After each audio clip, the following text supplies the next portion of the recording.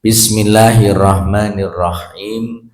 Raditu billahi rabban wa bil islami dina wa bi Muhammadin nabiyya wa rasula. Rabbi zidni ilma warzuqni fahma. Amin. Ikhwani fiddin rahimakumullah. Bapak Ibu jamaah sholat subuh yang dimuliakan Allah. Yang pertama tidak lupa syukur mari kita panjatkan kepada Allah Subhanahu wa ta'ala senantiasa dengan mengucap kalimat Alhamdulillahi Rabbil Alamin. Sampai pada pagi hari ini kita semuanya masih diberikan kesehatan, kesempatan, dan masih pula diberikan kekuatan untuk melangkahkan kaki ke masjid guna melaksanakan sholat berjamaah dan dilanjutkan sedikit untuk mendengarkan tausiah. Mudah-mudahan kita semuanya yang hadir di majelis ini dibarokahi oleh Allah Subhanahu wa ta'ala. Amin, Allahumma amin.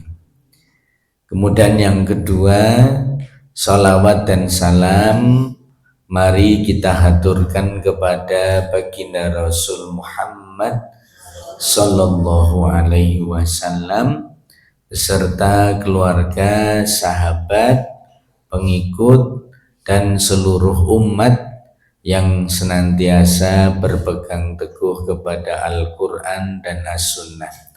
Allahumma sholli ala Muhammad wa ala alihi wa ashabihi ajma'in, amma ba'd. Bapak Ibu yang dirahmati Allah, 2025 sudah selesai dan berlanjut bertemu dengan 2026. Mari kita melakukan berbagai macam hal untuk bermuhasabah Bapak Ibu. Salah satunya hari-hari ini kita semuanya masih diperdengarkan, diperlihatkan ayat-ayatnya Allah berbicara, termasuk yang terjadi di Sumatera, Aceh dan sekitarnya, bagaimana terjadi banjir bandang yang dialami saudara-saudara kita yang subhanallah tercatat bahkan lebih dari 1.000 orang meninggal, ratusan masih belum ketemu ya. Nah, banyak yang hilang harta dan hilang saudara ya. Ini satu pepeling dari Allah kepada kita ya. Mari Bapak Ibu sebagai bahan muhasabah, mari peristiwa itu kita respon dengan respon keimanan. Sebab kalau responnya respon mata, respon telinga, bahkan respon mulut terlebih dahulu, kadang-kadang kita bingung karena peristiwa itu pun juga mengundang banyak komentar dari orang-orang, sehingga kadang kita bingung endi sing bener Bapak Ibu. Contoh misalnya, ada yang mengatakan bahwa ini terjadi murni karena faktor alamnya, mengingat November, Desember, Januari curah hujannya tinggi-tingginya. Apakah betul murni hanya faktor alamnya? Ada yang mengatakan ini terjadi karena kesalahan manusianya. Toh memang ditemukan banyak aktivitas penebangan hutan. atau bahkan secara spiritual orang pun komentar ini adalah ujian. Bahkan lebih berat lagi mengatakan ini adalah azab, atau yang lebih ringan lagi mengatakan ini adalah peringatan dari Allah.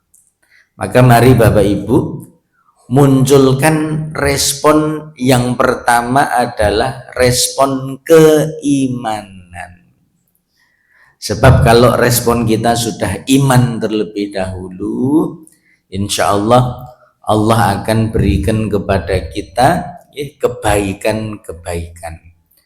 Persis sebagaimana Allah sampaikan di dalam Al-Quran surat Al-Baqarah ayat 269. Yu'til hikmah may yasha wa may yu'til hikmah faqad utiya khairan katsira wa may yadzakkaru illa ulul albab. Dialah Allah yang menghendaki siapa saja yang mendapatkan hikmah. Artinya tidak semua orang oleh Allah diberikan hikmah. Wa may yu'til hikmah faqad utiya khairan katsira. Barang siapa yang diberikan hikmah, maka ia mendapatkan kebaikan yang begitu banyak. Karena responnya iman terlebih dahulu, Allah kehendaki dapat hikmah. Kalau sudah dapat hikmah, Allah berikan kebaikan yang begitu banyak. Wa may yadzakkaru illa ulul albab. Dan tidak ada yang mendapatkan pelajaran kecuali orang-orang ulul albab, orang-orang yang berakal sehat. Insya Allah semua manusia itu berakal, tapi tidak semuanya berakal sehat. Nah, mari kita munculkan terlebih dahulu respon keimanan. Sebab kalau nuruti orang-orang Bapak Ibu, lo panjang ndak usah kaget. Karena apapun peristiwanya akan selalu muncul 4 golongan Bapak Ibu. Siapa 4 golongan itu? 1, rojulun yadri wa yadri annahu yadri. Golongan orang yang tahu dan sadar betul kalau memang dia tahu. Siapa itu? Yaitu golongan orang-orang yang berilmu. Jadi setiap ucapan, setiap perbuatan semua punya dasar ilmunya. Jadi ora waton sakarepe dhewe Bapak Ibu. Jadi ulul albab itu ya termasuk golongan nomor 1 ini. Orang tahu dan sadar betul kalau memang dia tahu. Sing nomor kali sinten? Rajulun yadri wala yadri annahu yadri. Golongan orang yang tahu tapi tidak sadar kalau sebetulnya dia tahu. Siapa itu? Golongan orang berilmu tapi tidak berani muncul Bapak Ibu. Orang-orang berilmu tapi tidak pede dengan ilmunya, sehingga tidak berani tampil, tidak berani muncul, tidak berani speak up, tidak berani bicara, padahal sebetulnya dia tahu. Banyak kan Bapak Ibu orang-orang yang seperti itu, janjane mudeng, paham, tapi tidak berani muncul, mungkin karena belum pede dengan ilmunya atau merendah. Satu sisi benar, baik, merendah itu lebih baik daripada gembedi. Tapi kalau semua orang berilmu seperti itu, tidak ada yang berani tampil, mungkin sing diwedeni nopo? Justru sing tampil malah orang-orang yang tidak berilmu. Oh, malah medeni to niki. Orang-orang ndak berilmu malah tampil. Atau lebih ngerinya lagi apa? Yang muncul orang-orang munafik, Bapak Ibu. Jatuhnya gimana? Asline mudeng ning etok-etok ora mudeng. Asline ngerti ning etok-etok ora ngerti. Mosok lho Bapak Ibu, saatase Bapak Menteri Lingkungan, apa statement yang keluar dari beliau bahwa kayu-kayu yang terbawa arus banjir itu sumbernya dari pohon-pohon yang sudah kapuk. Itu pernyataannya. Ning kenyataannya, netizen kan jeli banget Bapak Ibu. Ternyata kayu-kayunya sumbernya ya dari pohon-pohon yang sudah dalam bentuk potong-potongan. Bahkan sudah ada nomor serinya. Loh, iki janjane mudeng, ora mudeng, apa etok-etok ora mudeng. Nah, malah medeni to niki, Pak. Sing nomor 3 sinten Bapak Ibu? Rajulun la yadri wa yadri annahu la yadri. Golongan orang yang tidak tahu dan sadar diri kalau memang dia tidak tahu. Ini golongan orang yang tahu diri Bapak Ibu. Mungkin kita masuk nomor 3 ini. Kenapa? Karena kita tidak langsung berada di TKP sana. Kita hanya tahunya dari berita, hanya tahu dari mendengar, ya tidak menyaksikan langsung. Ini lebih baik, jatuhnya gimana? Wes timbangi aku ngomong sing ora-ora, mending aku tak meneng, sebab pancen aku sadar diri nek aku ora mudeng. Wis bismillah aku tak melu bantu saisoku ning urusan iki piye kahanane aku ora mudeng. Ini lebih baik sadar diri. Nah, sing paling wanyel kene niku sinten? Nomor sekawan Bapak Ibu. Siapa itu? Rajulun la yadri wa la yadri annahu la yadri. Golongan orang yang tidak tahu dan tidak sadar kalau memang dia tidak tahu. Jatuhnya ujungnya malah sok tahu niku. Ngapunten Bapak Ibu, mosok ada yang komentar begini. Bapak Ibu, nggak usah takut kita dengan adanya deforestation. Nggak usah takut dengan adanya penggundulan hutan. Toh nyatanya kawasan hutan yang digunduli nanti juga akan ditanami dengan kelapa sawit. Kan yo podo wite, yo duwe godhonge, yo eneng klorofile. Wah, nggih. Sekilas bener nggih, podo-podo wite. Tapi kenyataannya Bapak Ibu ngapunten, tidak bisa disamakan antara pohon yang di hutan dengan pohon kelapa sawit. Jenengan bisa melihat karena setelah dicermati Bapak Ibu, before dan afternya, sebelum dan sesudah peristiwa itu bisa kelihatan. Jadi ketika relawan-relawan yang banyak datang di TKP itu Bapak Ibu, itu bisa menyaksikan gumun. Kok iso watu gede-gede itu kok iso tekan dalan kene, iso tekan pemukiman kene. Watu iki asale saka ngendi? Lalu warga setempat mengatakan, oh iya, ini batu ini datangnya ya dari sana Pak, dari hutan sana aslinya. Jadi Kalau digambarkan dalam Al-Quran Bapak Ibu, surat Ibrahim ayat 24, Allah sudah menggambarkan ternyata pohon yang baik itu cirinya apa toh? Kasyajaratin thayyibatin usluha tsabit wa far'uha fis sama.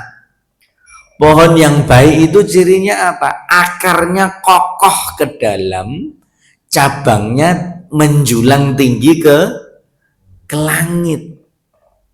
Persis seperti pohon yang di hutan itu. Istimewanya nopo to pohon yang di hutan itu? Karena akarnya kokoh ke dalam, sehingga bisa menopang tanah, bahkan bisa mengikat batu-batu yang besar-besar niku tadi. Ning nalika wite wis di pabrasi nggih pun tanahe longsor, watune melu glinding. Jadi ngapunten, ternyata tidak bisa disamakan dengan pohon kelapa sawit meskipun sama-sama pohonnya. Loh niki lak jatuhe mudeng, ora mudeng, atau malah sok mudeng tadi. Jadi Bapak Ibu, mari siapa yang harus kita ikuti? Jelas golongan nomor satu, derek orang-orang yang berilmu, derek orang-orang yang ahli. Toh nyatanya Allah juga dawuh kepada kita mengatakan gimana? Fas'alu ahla dzikri in kuntum la ta'lamun. Tanyakan kepada ahlinya jika kamu benar-benar tidak tahu. Pokoknya nderek wong sing ahli, nderek wong sing ilmu, insyaallah aman selamat Bapak Ibu. Nah Bapak Ibu yang dirahmati Allah, kembali lagi ya. Yu'til hikmah mayyasha wa may yu'til hikmah faqad utiya khairan katsira. Kalau Allah sudah menghendaki kita orang beriman ini dapatkan hikmah, insya Allah kebaikannya begitu banyak. Nah mari ini kita jadikan bahan muhasabah, pelajaran apa yang bisa kita ambil dari peristiwa tersebut. Yang pertama Bapak Ibu, musibah itu bagi orang-orang yang beriman jelas nilainya adalah sebagai ujian. Ini khusus untuk orang beriman. Sebagaimana Allah sampaikan di dalam Al-Quran surat Al-Baqarah 155 sampai 157. Insya Allah pun apal sedoyo. A'udzubillahi minasyaitonirrajim. Wala nabluwannakum bisyai'im minal khawfi wal ju' wa naqsim minal amwali wal anfus wath thamarat wa basyiris sabirin alladzina idza asabathum musibah qalu inna lillahi wa inna ilaihi roji'un. Saya potong dulu. Dan sungguh kami akan mengujimu semua dengan apa? Sedikit rasa takut, dengan kelaparan, dengan hilang harta, dengan hilang nyawa, bahkan buah-buahan. Ini kan persis yang dialami saudara-saudara kita di sana Bapak Ibu. Diuji dengan apa? Ketakutan. Bahkan sampai sekarang pun masih dirundung rasa takut, wedi nek udane terus engko nek banjir meneh piye. Ujian dengan kelaparan. Toh nyatanya logistik masih menjadi problem sampai saat ini. Mosok ndak dino mangane mie terus. Tapi itu pun satu kenikmatan, bisa makan. Ujian hilang harta, hilang nyawa, bahkan hilang buah-buahan, termasuk ternak-ternak pun banyak yang yang mati, Bapak Ibu. Karena ini bentuknya ujian, maka sikap terbaik menghadapi ujian itu apa? Ya harus memang sabar, Bapak Ibu. Jadi sebaik-baik menghadapi ujian dari Allah, mari hadapi dengan penuh kesabaran. Jadi memang nasihat terbaik untuk saat ini adalah sabar, Bapak Ibu. Meskipun tidak semua orang bisa sabar. Wong nyatane enten to wong dinasihati sing sabar yo yu sabar-sabarmu kuwi. Wong kowe ora ngrasake. Nah, kan begitu Bapak Ibu. Tidak semua orang bisa sabar. Tapi kalau bisa sabar, apa kata Allah? Berilah kabar gembira kepada orang yang sabar. Naliko ditimpa musibah mengatakan, sungguh kami miliknya Allah dan kepadanya lah kita akan kembali. 157 mengatakan, hadiah orang-orang yang sabar dari Allah itu apa? Ulaika alaihim sholawatum min rabbihim wa rahmah. Merekalah orang-orang yang mendapatkan sholawat dari Allah, rahmat dari Allah, bahkan mereka orang-orang yang mendapatkan petunjuk. Dalam tafsir Bapak Ibu dijelaskan kalimat sholawatum min rabbihim itu artinya apa toh? Sholawat dari Allah itu artinya apa? Ternyata bentuknya banyak. Satu, sholawat itu artinya pujian. Berarti Allah memuji orang-orang yang sabar. Dua, sholawat itu artinya kemuliaan. Berarti Allah meninggikan derajat orang yang sabar.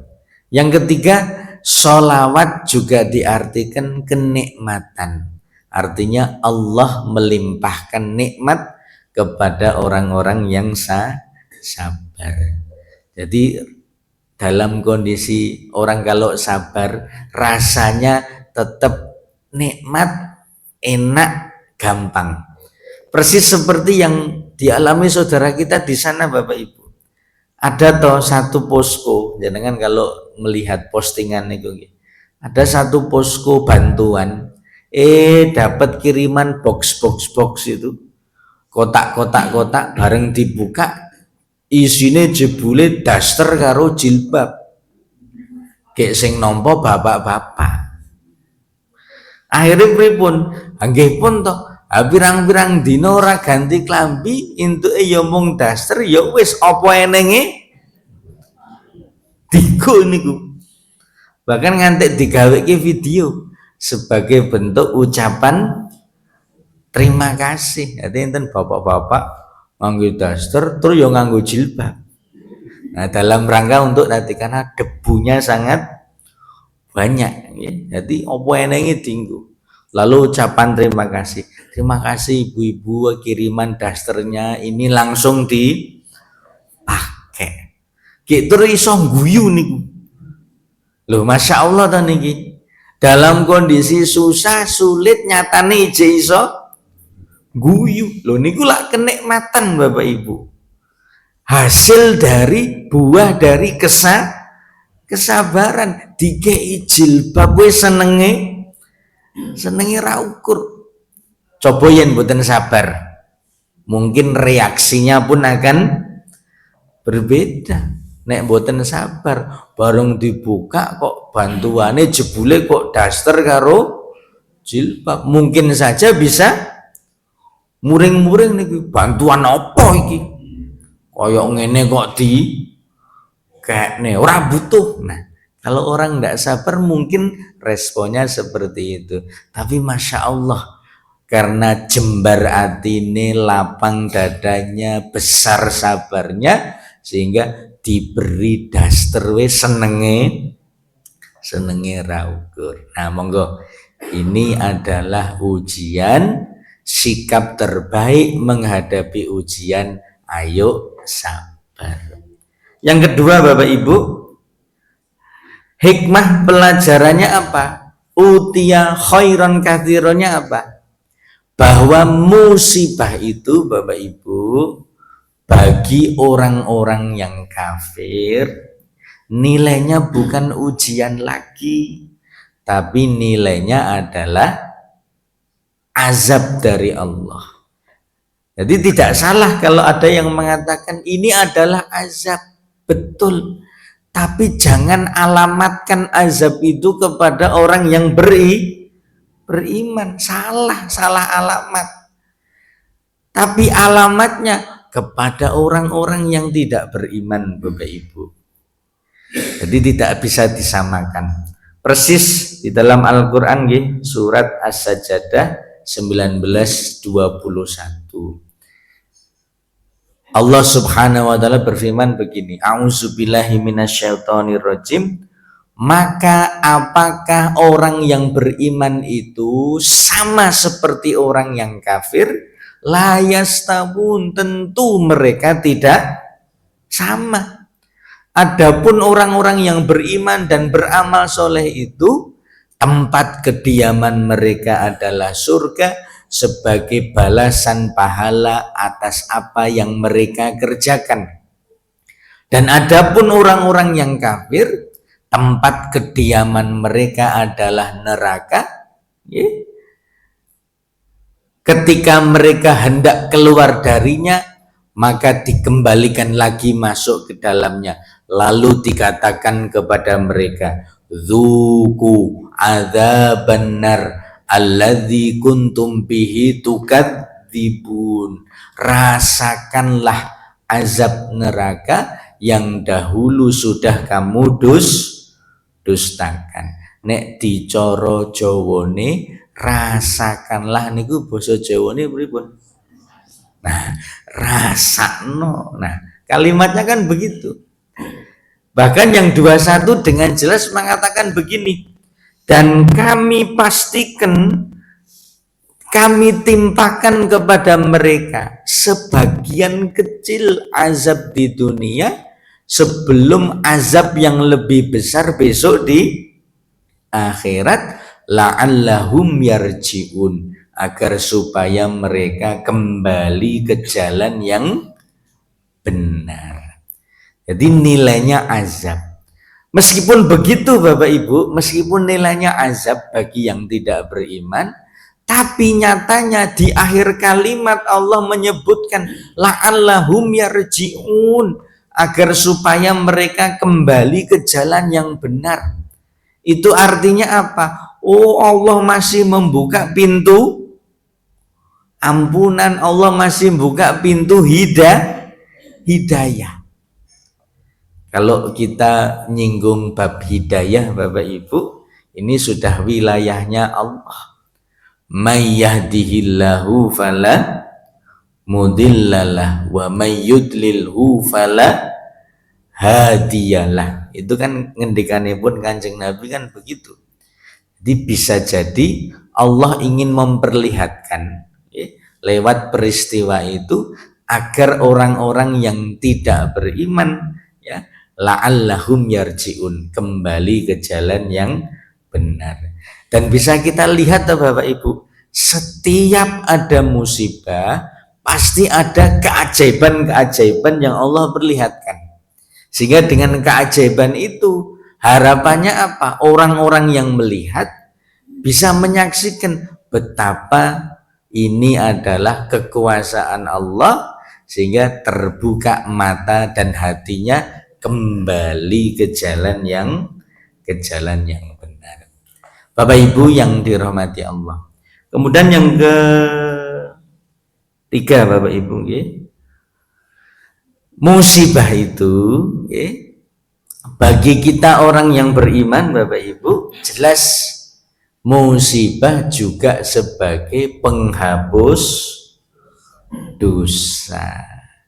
Sebagaimana Nabi SAW bersabda Bapak Ibu, hadis riwayat Bukhari dan Muslim, ma yusibul mu'min min wasobin wala nasobin wala hammin wala hazanin wala ghammin wala adin hatta yushakuha illa kaffarallahu biha min khotoyahu.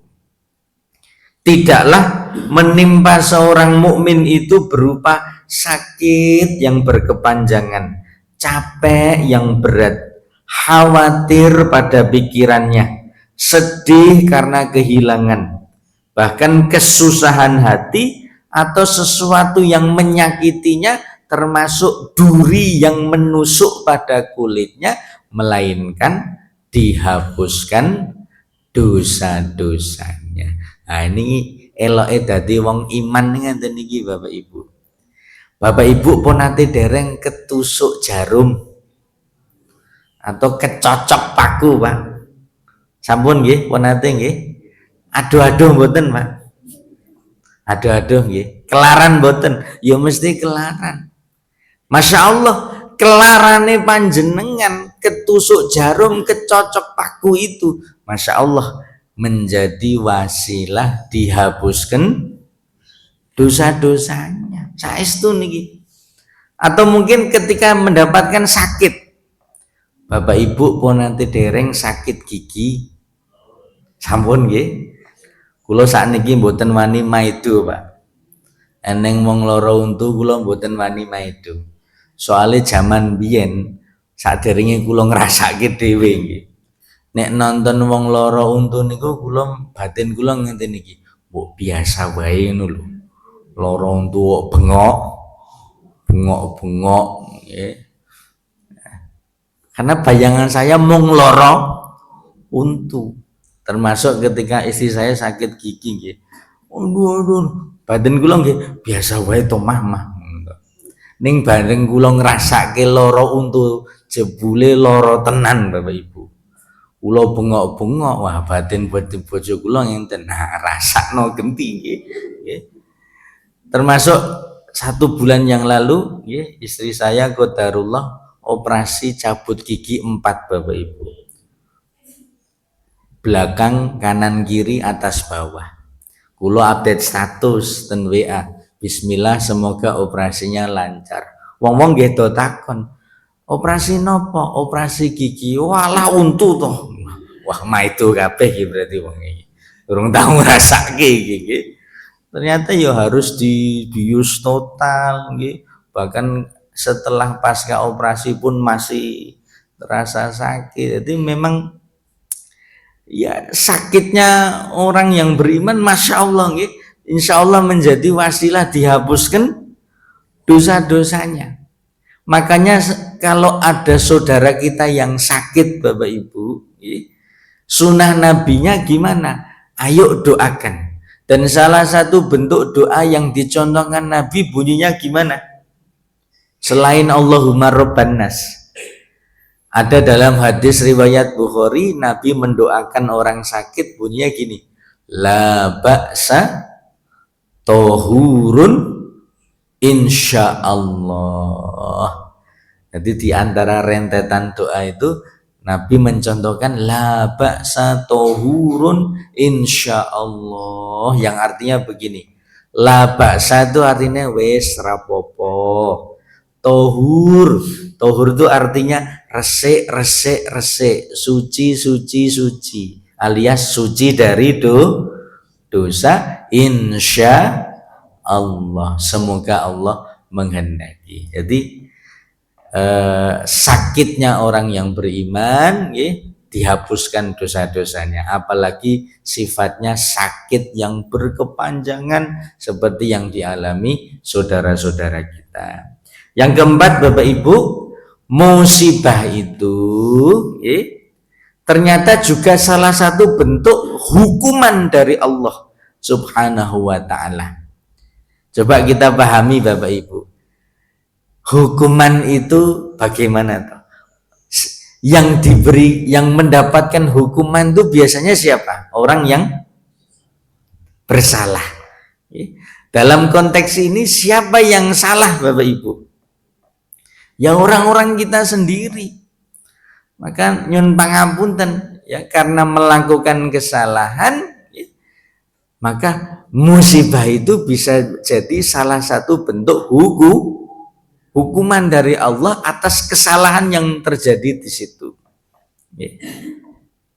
Dan mohon maaf nih, kalau kita mau jujur-jujuran, hukuman ini juga bisa jadi diberikan kepada orang-orang yang beriman sendiri, Bapak Ibu. Toh nyatanya kalau kita mau buka-bukaan, para pelaku kejahatan, para pelaku kemaksiatan, nek kon buka KTP-ne agamane, nah, orang-orang kita juga ternyata sing do korupsi agamane Islam, sing maling agamane Islam, sing selingkuh agamane Islam, nggih. Sing judi, sing minum-minum agamane lo Islam. Lo bukan Islamnya yang buruk tapi orangnya, Bapak Ibu. Nah, jadi karena melakukan kesalahan, ya Allah berikan itu hukuman sebagai bentuk ya karena kesalahan itu terjadi. Tapi sekali lagi Bapak Ibu, meskipun ini hukuman dari Allah, karena respon kita adalah respon keimanan tadi, ternyata di balik hukuman itu pun ada nilai kebaikan dari Allah kepada hambanya. Saya bacakan hadisnya Bapak Ibu. Hadis riwayat Imam At-Tirmizi. Rasulullah SAW mengatakan, idza aradallahu bi abdihil khaira ajjala lahu al-uqubah fid dunya. Jika Allah menghendaki kebaikan kepada hambanya, maka Allah akan menyegerakan hukuman itu di dunia. Wa idza aradallahu bi abdihi syarr, dan jika Allah menghendaki keburukan kepada hambanya, amsaka anhu bidzambihi, Allah akan menunda hukuman itu atas dosa yang dilakukan, hatta yuwafa bihi yaumal qiyamah, sampai besok ditunaikan setelah hari kiamat, alias besok kalau di akhirat sana. Jadi kalimatnya jelas sekali Bapak Ibu. Ternyata kalau Allah menghendaki kebaikan, justru hukumannya disegerakan. Jadi jenengan nek kon milih disegerakan nopo diakhirkan Bapak Ibu? Wah, kula mboten milih mawon Mas, mboten saged nggih. Ini sudah sunnatullah, sudah kehendaki Gusti Allah. Kalau suruh milih, justru milih yang disegerakan, Pak. Betul, karena nilainya kebaikan. Sebab kalau ditunda hukuman itu pun aduh samsoyo, loro kelaran tenan. Gambarane pun pripun? Nauzubillah niki nggih. Sehari dihukum di akhirat itu sama dengan 1000 tahun hukuman di dunia. Jadi kalau panjang boten sakit kuat menjalaninya kalau ditunda hukumannya besok di akhirat. Jadi ayo Bapak Ibu. Cuman kalau pertanyaannya diganti, kira-kira gimana? Mas, kalau saya milih tidak mau dihukum, bisa enggak Bapak Ibu? Kalau milih enggak mau dihukum, kira-kira bisa enggak? Bisa. Coba kita ikuti logikanya tadi. Hukuman itu kan diberikan kepada orang yang bersalah. Maka kalau enggak mau dihukum, maka jangan berbuat salah. Itu berlaku besok kalau kita di akhirat Bapak Ibu. Tapi kalau masih di dunia ini, sepertinya kita belum bisa menghindarinya. Toh kenyataannya manusia tempatnya salah Bapak Ibu. Tapi setidaknya kita bisa meminimalisir. Bobo Kiai Haji Zainuddin MZ ponate ngendika Bapak Ibu dalam pidatonya nggih. Kalau ada pelaku maksiat, kita harus berani ngelingke. Kudu eneng sing wani ngelingke. Sebab nek ora eneng wong sing ngelingke, fatalnya lebih berat Bapak Ibu. Nggih. Gambarannya begini. Wong maksiat kok dielingke, biasane lak muring-muring loh. Nesu be. Gue yang judi kok lo yang repot. Gue yang minum kok lo yang sewot, diwanani mawon. Apa kata Pak Zainuddin? Iya, yang judi lo, yang minum lo, yang maksiat lo. Tapi kalau nanti Allah murka dan Allah turunkan bencana, yang kena bencana nggak cuma lo monyong, anggo monyong-monyong bareng. Pak Zainuddin orang Betawi weh. Ini wong Betawi lek nek ngendika kan ceplas-ceplos koyok Mas Mandra niku lho. Nek ngomong kan plas-plos tuh. Sombong amat. Jadi sidik-sidik plas. Masya Allah, ya memang begitu Bapak Ibu. Sebab Nabi sudah pernah menggambarkan ternyata hidup kita ini seperti naik kapal. Eneng sing ning dhuwur, eneng sing ning ngisor. Wong dhuwuran penak nek butuh banyu karek nyiduk entuk rampung. Tapi nek wong sing ning ngisor butuh banyu rekoso sithik, munggah nyiduk midun, munggah nyiduk midun, kudu rekoso. Akhire bisikan setan datang. Kowe butuh banyu to, ora usah bingung-bingung, bolongi wae kapale. Sing penting metu banyune. Nek ora neng wong sing ngelingke, berarti lah popo napa ora popo? Kula wangsuli nggih. Nek ora neng wong sing ngelingke berarti popo napa ora popo? Ora popo no. Ora neng sing wong ngelingke kok. Berarti lah ora popo. Kan logikanya begitu. Akhirnya ya tenan, Pak. Kidul bolongi ora neng sing ngelingke. Akhirnya lor melu bolongi, etan bolongi, kulon bolongi, kabeh bolongi. Engko nek kapale wis tenggelam, siapa yang rugi Bapak Ibu? Iya, semua penghuni. Jadi kalau masih sifatnya di dunia, sepertinya kita masih tidak bisa menghindari itu. Tapi nilainya berbeda. Yang terakhir Bapak Ibu, hikmah bagi kita apa? Sebagai bentuk muhasabah, bahwa musibah jelas ini adalah peringatan dari Allah kepada kita semuanya. Untuk itu Bapak Ibu, mari di awal tahun ini kita memperbaiki diri. Dimulai dari apa? Mulai dari diri kita sendiri, ayo perbaiki ibadah kita, terutama sholat kita.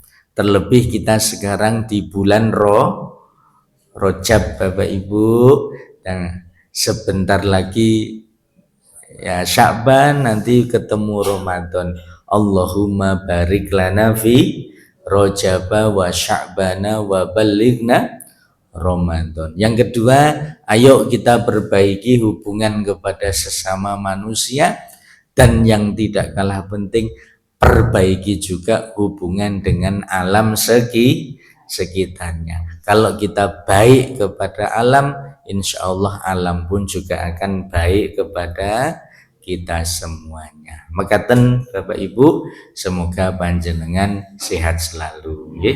Amin ya robbal alamin. Rabbana atina fid dunya hasanah wa fil akhirati hasanah wa qina azabannar. Wa sallallahu alal mursalin walhamdulillahi rabbil alamin. Assalamualaikum warahmatullahi wabarakatuh.